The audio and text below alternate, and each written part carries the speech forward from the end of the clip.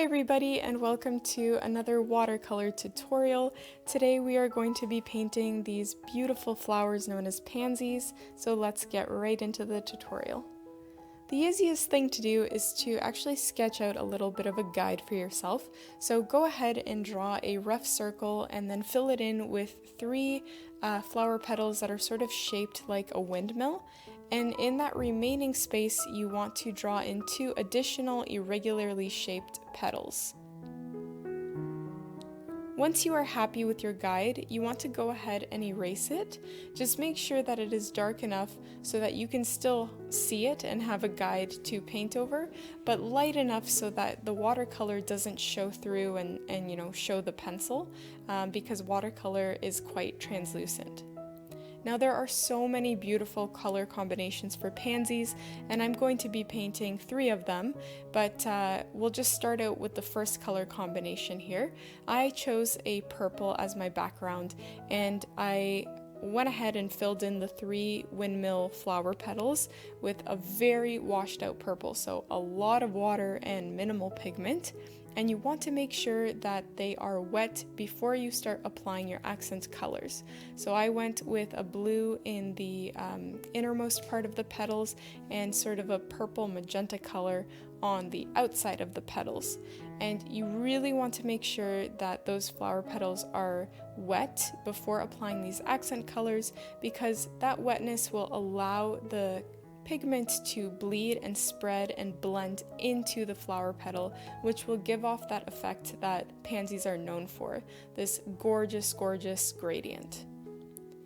Once those windmill petals have completely dried, you want to go ahead and fill in those 2 additional irregularly shaped flower petals that we added in on top. But this time you're going to take your accent color and you're going to apply a lot more pigment, so it's not going to be as washed out as the windmill petals. So my accent color was sort of this purplish magenta color, and that's what I'm using to fill in those 2 additional flower petals. You can also take your accent color, but this time use a lot of pigment and not a lot of water, and add a few extra accents on the edges of your flower petals and a little bit on the inside of the flower petals as well. While that one is drying, I'm going to go ahead and start the second pansy. So we're going to be using a different color combination here. This time I took sort of a washed out pinkish orange color, and again I applied that to the 3 windmill flower petals. And I took a darker hue of that same color and just applied it to the innermost part of my flower petals as well as the outside.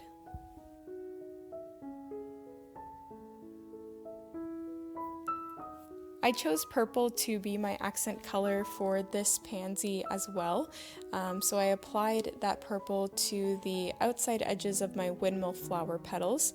As you can see though, I had problems with my flower petals drying too quickly, and that's what created that really harsh outside line, or that outside edge on that leftmost petal.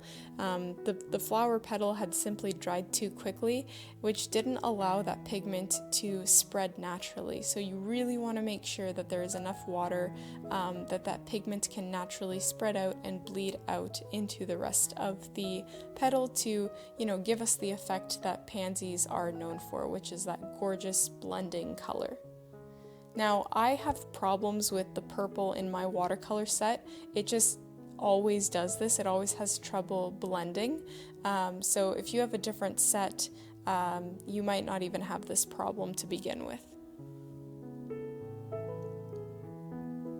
I also added some extra accent colors, so I did some magenta to the edges of my flower petals as well, and I used that same magenta color to fill in those 2 additional flower petals on top.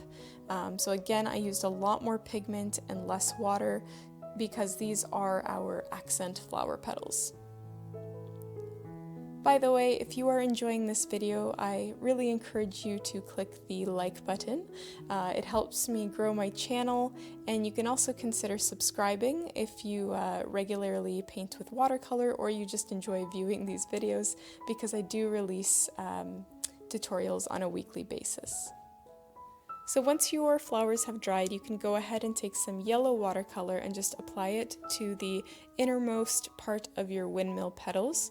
You can also take your original accent color, which in my case was purple, and you want to dot the center of your flower petals as well as random parts of the outermost petal edges.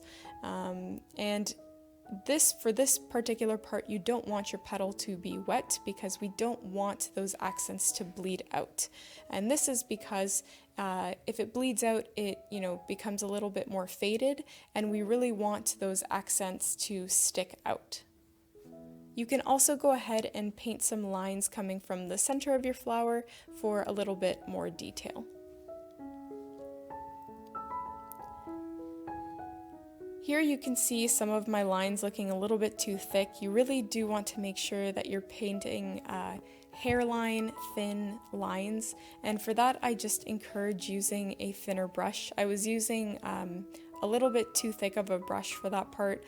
Later on you'll see me using my quadruple zero Grumbotcher. Actually no, that one is the Winsor & Newton brush, and I have linked it in the description of my video as always. If you're looking for a really effective thin detail brush, I highly recommend that one. I use it for all of my detail work, and it's just an excellent brush. So for the third pansy, by the way, we're not finished with the previous two. I just wanted to show you one final color combination. This is actually my favorite one. I think the reds and the oranges and the pinks work so beautifully together. So I just did want to show you this one last one, and I'm just going to paint it until it's at the same point in the process as the other two before I continue on with the finishing touches. So if you really like this color combination, I just wanted to give you the option that there are so many, and this is definitely my favorite one.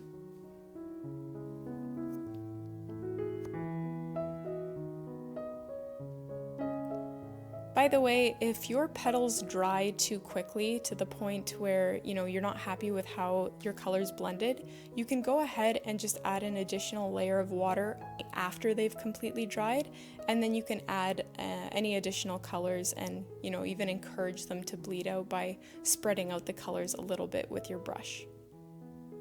So once your flowers have completely dried, you want to take your super thin brush and just add those hairlines coming from the center of your flower, especially on those accent petals, as well as from the center of your windmill petals using black watercolor. On that third pansy, I also decided to take my accent color, which was the magenta pink color, and I dotted the inside of the petals as well as the borders of those petals. I think those dots are actually what made it so pretty. Anyways, that is it for today's tutorial. I hope you enjoyed it. Don't forget to subscribe, like this video, and as always, I'll see you in next week's tutorial.